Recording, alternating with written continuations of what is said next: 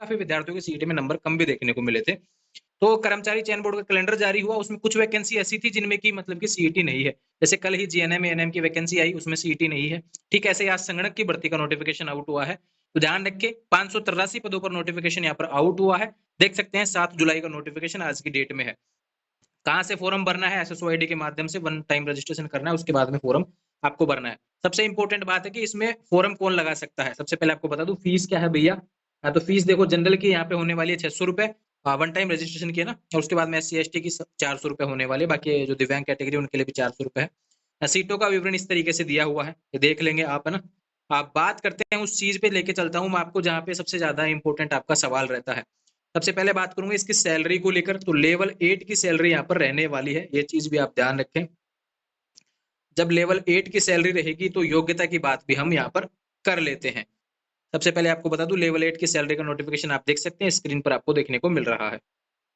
अब बात करते हैं योग्यता में, काफी बड़ा सवाल है। देखो किसी मान्यता प्राप्त, देखो काफी कंडीशन दी हुई है, इनमें से कुछ भी हो तो होना चाहिए, यहाँ पे एक चीज तो होनी ही चाहिए, याद ध्यान रखें। इतनी भी लिखी हुई है यहाँ पर, पॉइंट बने हुए हैं, इनमें से कुछ ना कुछ आपके पास होना चाहिए, ध्यान रखो। किसी मान्यता प्राप्त विश्वविद्यालय से गणित या सांख्यिकी या अर्थशास्त्र में से कम एक विषय से आप स्नातक उपाधि होना चाहिए। यानी कि ग्रेजुएशन में या तो आपके पास मैथ रहा हो, या फिर सांख्यिकी रहा हो, या फिर अर्थशास्त्र रहा हो, एक सब्जेक्ट इनमें से अगर आपके पास है तो आप आवेदन कर सकते हैं। ग्रेजुएशन यानी ग्रेजुएशन भी विद यहाँ पे गणित सांख्यिकी अर्थशास्त्र में से मतलब कि आपके पास एक सब्जेक्ट होना चाहिए, तो ही आप आवेदन कर पाएंगे। भारतीय सांख्यिकी संस्थान कोलकाता द्वारा पार्ट ABC का प्रमाण पत्र, यह भी यहाँ पे कहा गया है। दूसरा बात कर लेते हैं यहाँ पर इलेक्ट्रॉनिक्स विभाग भारत सरकार के नियंत्रणाधीन DOEACC द्वारा संचालित ओ या उच्चतर लेवल का प्रमाण पत्र आपके पास है तो भी आप आवेदन कर सकते हैं।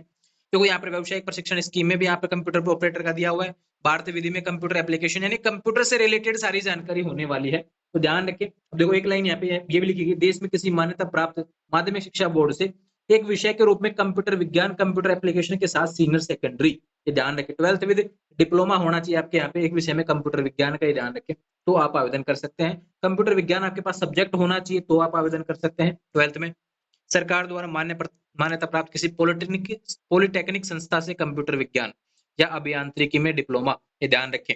पॉलिटेक्निक संस्था से आपका कंप्यूटर विज्ञान में अगर आपका डिप्लोमा है तो आप आवेदन कर सकते हैं। तो कुछ जानकारी यहाँ पर दी हुई है, उसके बारे में आप देख लेंगे। जिनके पास भी यहाँ डिप्लोमा अवेलेबल है, जो भी कोर्सेज अवेलेबल है वो इसमें आवेदन कर सकते हैं, सभी के बारे में बताया हुआ है। संगणक भर्ती में परीक्षा में न्यूनतम उत्तीर्णांक 40% निर्धारित है, ध्यान रखें। 40% कम से कम आपको नंबर लाने पड़ेंगे इस एग्जाम को अगर पास करना है तो, ये ध्यान रखें। आयु सीमा की बात कर लेता हूँ, 1 जनवरी 2024 को आपकी 18 वर्ष की आयु हो जानी चाहिए, और मैक्सिमम आयु सीमा है आपकी 40 वर्ष, ये सबसे इंपॉर्टेंट बात आपकी यहाँ पे कही गई है। और ये ध्यान रखें संगणक भर्ती परीक्षा 2021 के बाद में नहीं होने के कारण समस्त आवेदकों को अधिकतम आयु सीमा में 2 वर्ष की छूट और दी जाएगी, ये ध्यान रखें। 2 वर्ष की छूट भी आपको देखने को मिल रही है। तो ये चीजें तो होगी इससे रिलेटेड, है ना। ये आपके फोरम से रिलेटेड बात हो गई कि 12 जुलाई से आपके फोरम शुरू हो जाएंगे, 10 अगस्त से आपके फोरम 10 अगस्त तक आपका फोरम भरा जाएगा।